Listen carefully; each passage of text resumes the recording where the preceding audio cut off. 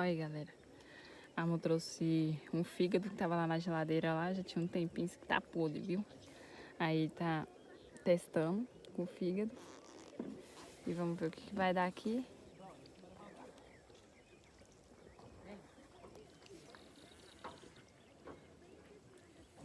Deu uma puxadinha, mas... Deixa ele puxar, uai. Acho que não desce nada não.